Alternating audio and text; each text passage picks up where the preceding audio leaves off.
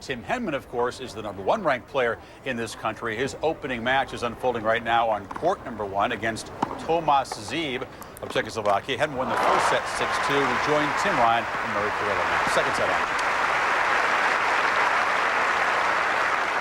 15 all here in the second all. set. Tim Henman serving at 4-2 with 2 breaks here in the second set, having won the first set 6-2, but struggling on serve in the second set after a cleanly played first against the lucky loser from the qualifying tournament here, Tomas Zib of the Czech Republic.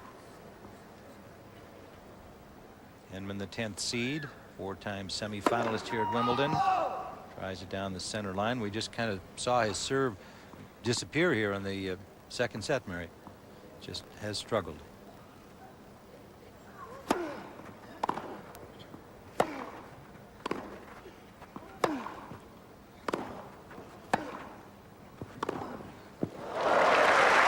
Pass from Zib there. And it's not a good sign if Tim Henman has to work his way into the net on serve. But the way he's serving in this second set, only 40% first serves in, including 4 double faults. Zib is giving himself a chance to compete in this match.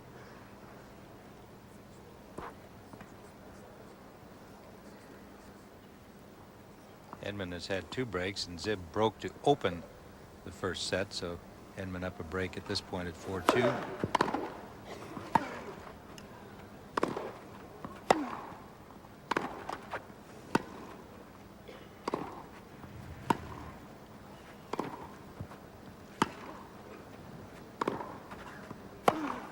Yeah, there's that big forehand again. It's been working for him in this match. Usually you expect a big punch coming off the serve volley combo of Tim Henman. But when that's been lacking, his forehand has been there for him. He's hit everything well today except that first serve here in the second set. But it gave life to Zib getting into this tournament after Safin and Karecha pulled out, leaving a spot for a lucky loser for qualifying. That was a good serve that time. Big jump off the grass. 40-30, a point now from 5-2.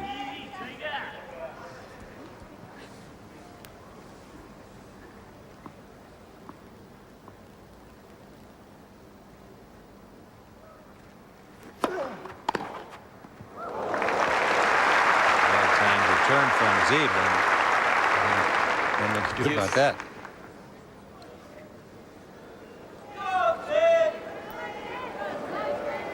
Pretty all. Partisan crowd in support of the man they call Our Tim here in Great Britain. His 10th Wimbledon appearance. Yet to make a final, but 4 times into the semis, and each year the crowd hoping that Tim will be there. At age 28, he's still got his opportunities and now stands as a contender again this year at Wimbledon.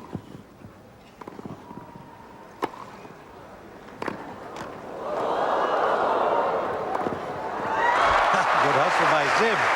Henman kept him in the point.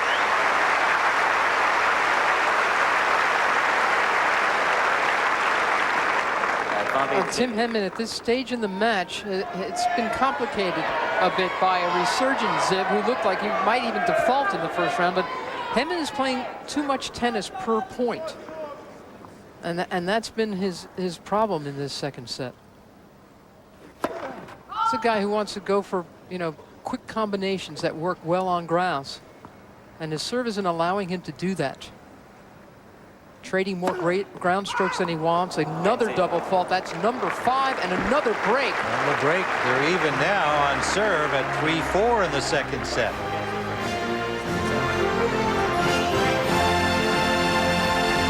Store in court 1, Tim Henman of England leading 1 set and 6 games to 5 second set over Tomas Zib. Tim Ryan, Murray Carrillo calling that match. Tomas Zib, the lucky loser from the qualifying round for Wimbledon from the Czech Republic. He's 27 years old. He's serving at 30 love. Henman charging here, trying to make something happen, and does. Forcing that missed pass shot from Zib. Zib trying to get to the tiebreak here in the second set. Henman won the first set 6-2, but he's been all over the place here in the second set. Struggling with his first service, particularly damaging to him. And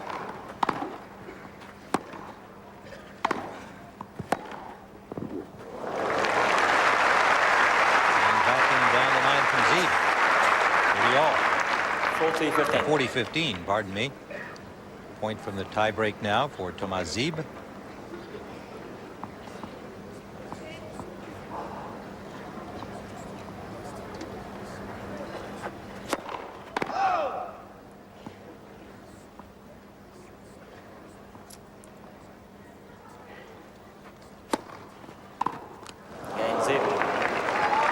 Charge didn't work for Henman, and we're in the tiebreak, set number 2. Very dodgy, very patchy stuff from the number 10 seed, Tim Henman, and this serve of his, which has been a coin flip for this entire second set, will be challenged again. Henman will serve first. First to 7 points. Must win by 2.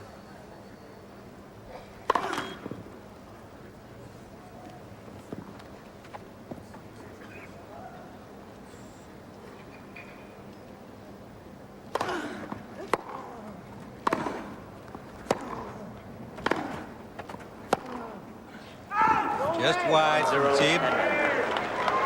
Again, he questions a call, but our view down the line would indicate it was out. 1-0, Henman in the tiebreak.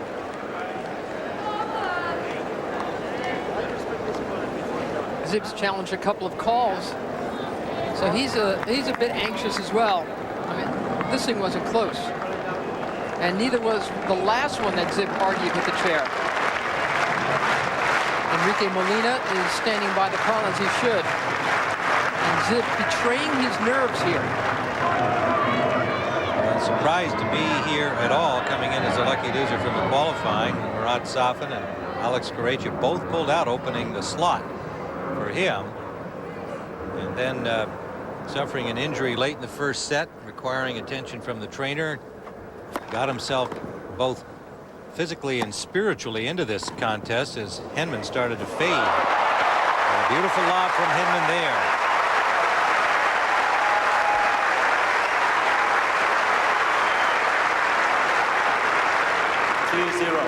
2-0 Henman.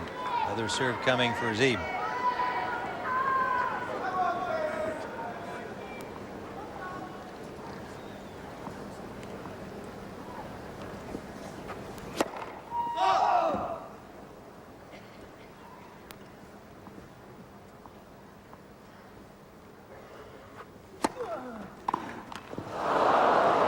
Henman trying to chip and charge. Didn't work. Not making the backhand play.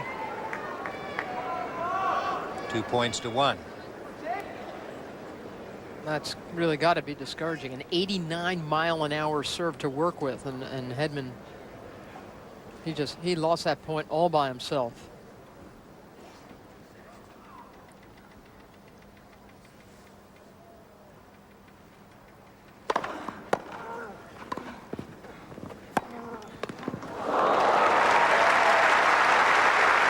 Zib delivers the pass.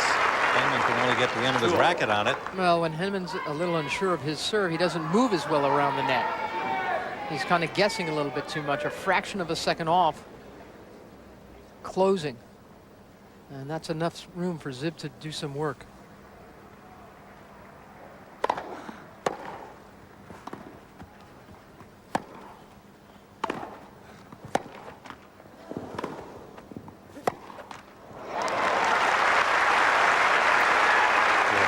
From Zib. 3-2 Henman. Service coming back to the Czech. They're 3-all in the Delgado Agassi match, and we'll be going back there shortly, of course. In the tiebreak here in set number 2, Tim Henman up a set. He won the first 6-2. Played very solidly. Zib was non-threatening, but in the second set, as Henman's serve started to dissolve on him, Zib got himself back in things. Center line ace evens at 3. 3-0. change ends now, having played 6 points in the tiebreak.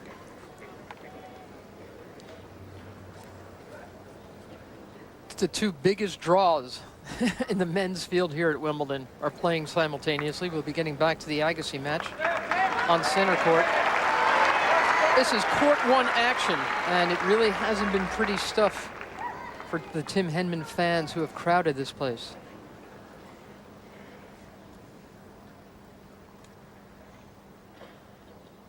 Tomas Zib.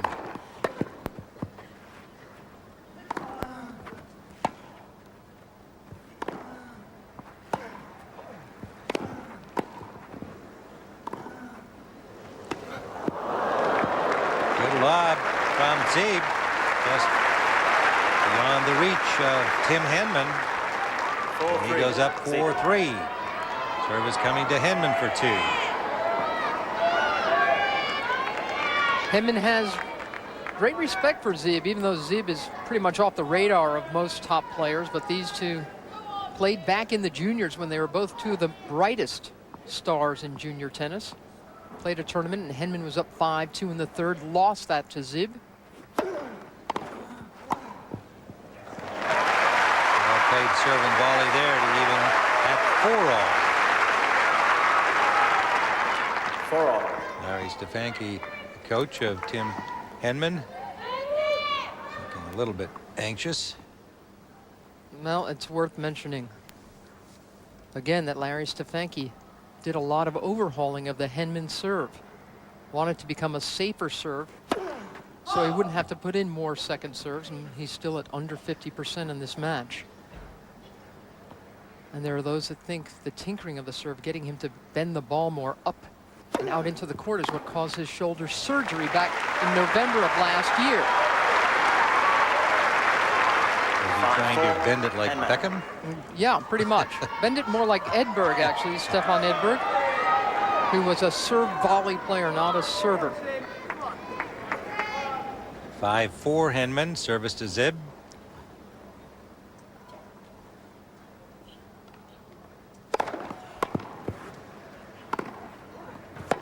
Zib comes charging in, and that's enough to get a loose forehand from Henman. 5-all. The fortunes of these two, since they played that tournament so long ago, when they were 16 and 17, has been so different. But right now, it seems there's nothing between these two. Zib has mainly labored on the challenger circuit. Hasn't even dazzled there. 24 and 18 in 2002. Oh. 6-5 Zib.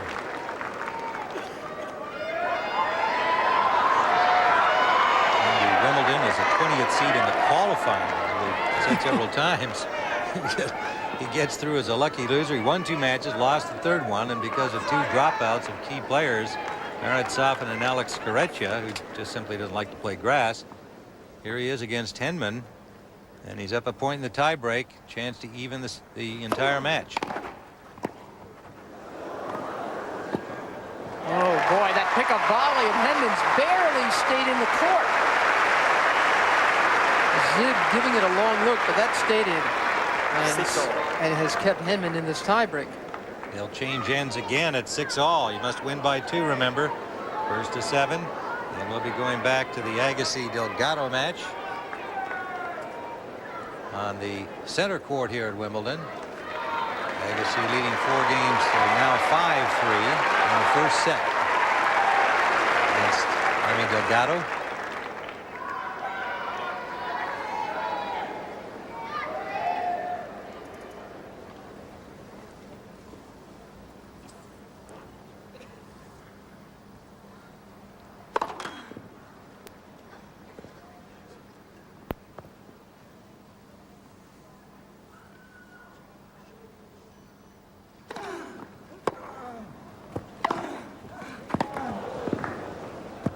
That's been the biggest part of Henman's game on this day, when his serve is nothing he can rely on. Time and again, that forehand of his has broken open the point and won him these rallies. Yeah, I think he's only had about 2 forehand errors. He's just been very, very solid. on that side. As you say, without that weapon today, who knows where he'd be at this point. 7-6 the score in the tiebreak. Zib serving. Let for service.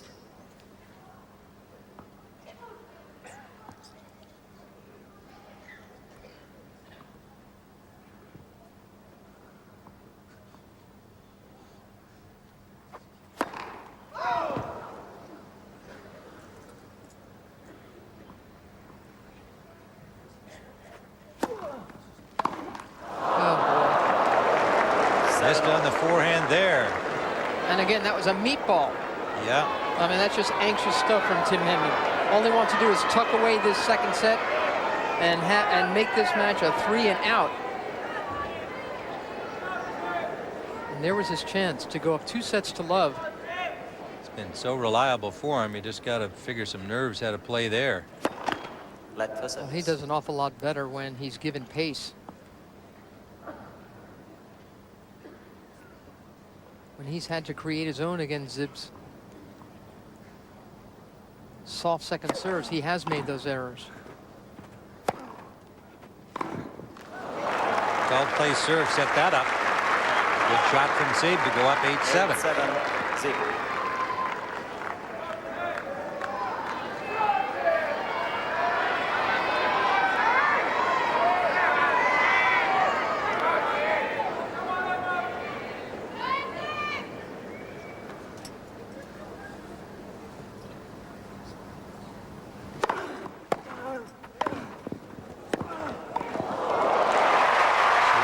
Paid off for Henman, tying at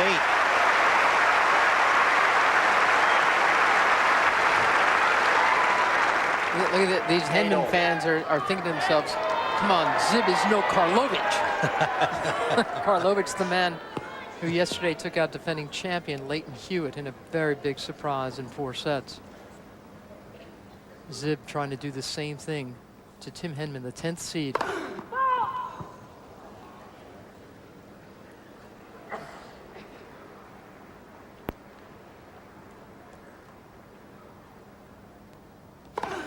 Let second service.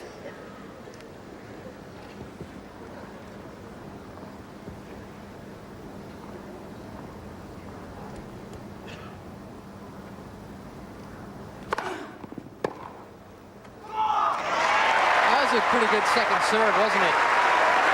Had a lot of work on it. Kicked up on Zib. 9-8 Henman. First time we've heard from Henman.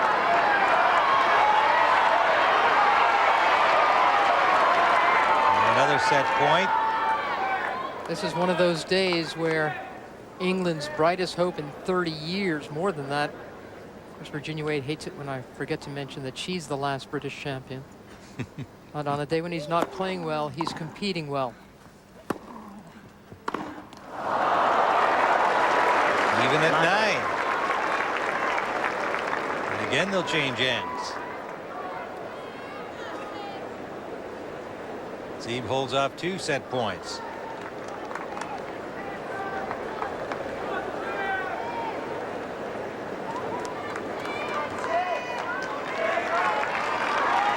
One more serve to come to the check. He'll be returning to center court for the Agassi-Delgado match, still in the first set. Agassi up 5-4. Completion of this tiebreak here. See if Henman can take a 2-set lead or find himself in a long day.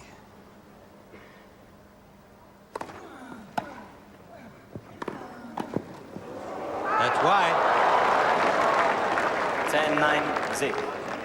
2 serves coming to Henman. And a set point for Zib.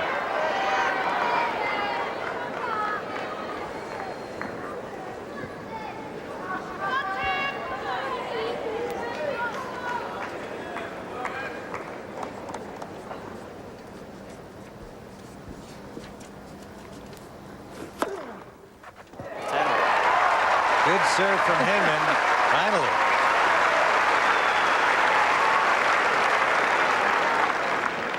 Tenth ace for him against 5 double faults.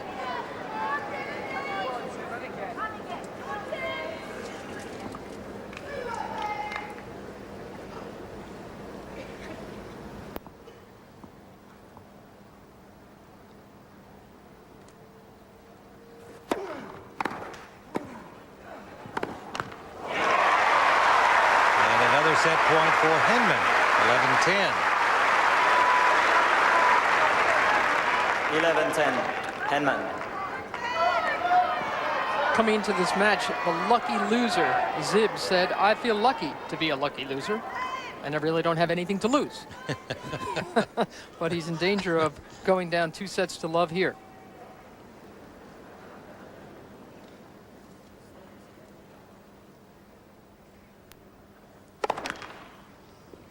So Henman with a second serve to look at here. Chance to close out set number 2.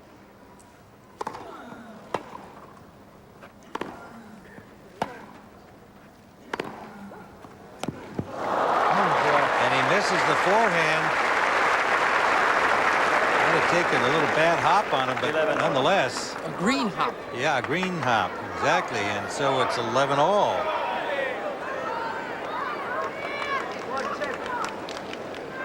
We're going to have a tie break for the tie break here.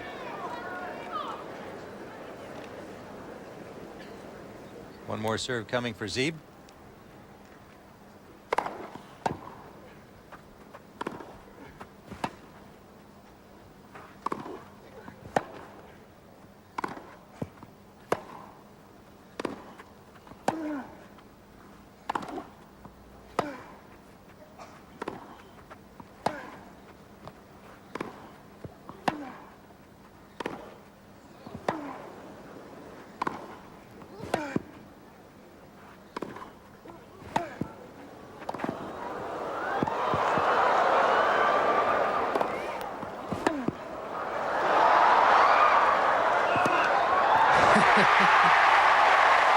Longest point. He's competing well. Yes. The longest point of the match. Henman comes up with a final shot. But the Czech battled every stroke. Yeah. On a day like this for Tim Henman, when you can't do what you do well, you have to do what it takes. And it was Zib who came in trying to finish it. Turned out costing him. Excellent pass from Henman.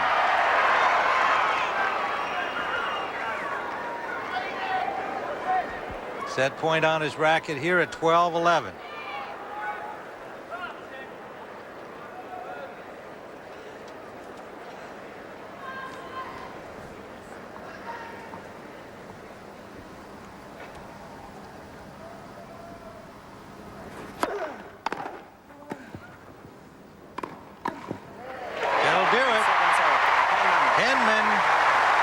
Up with the serve he needs to get to that net and finish it off finally.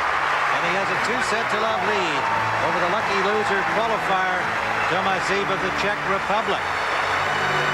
6-2, 7-6. A 2-set lead for our Tim. And we'll be going back to the Agassi-Delgado match on center court in a moment. Sit. Tim Henman. 2 points from the second round. 2 aces here to make it 30-love. At 5-1 in the fourth set. 3. Another one. Where's this been all day? Yeah, exactly. I'm sure Larry Stefanki, his coach, and his parents, who you described as looking pinched a few moments ago. They were pinched-looking parents. But aces 15, 16, and 17 bring Tim Henman to match point, and what a sigh of relief he will have after this. He's been serving at 50% or under for most of this match. And there it is. Oof. What a finish.